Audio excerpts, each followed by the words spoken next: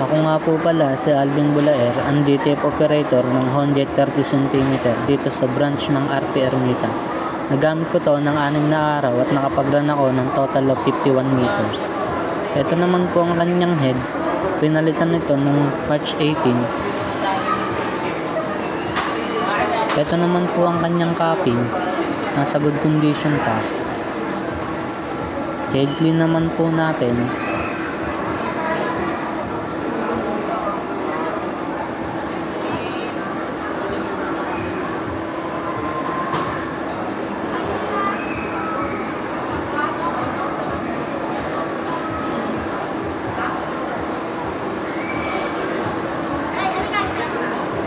Pagtapos po natin mag-head clean, punasan po natin yung wiper.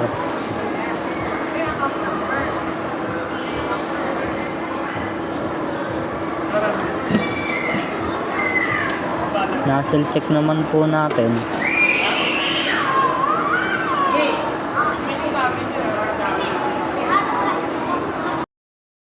Ito naman po ang kanyang waste tank, ABR, ground wire.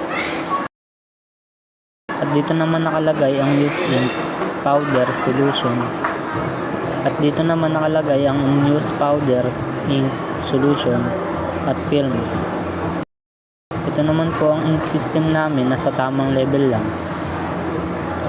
Ito naman po ang consumable monitoring, cyan, magenta, yellow, black, DTF white, DTF powder, cleaning solution, 30 cm film, at maintenance checklist.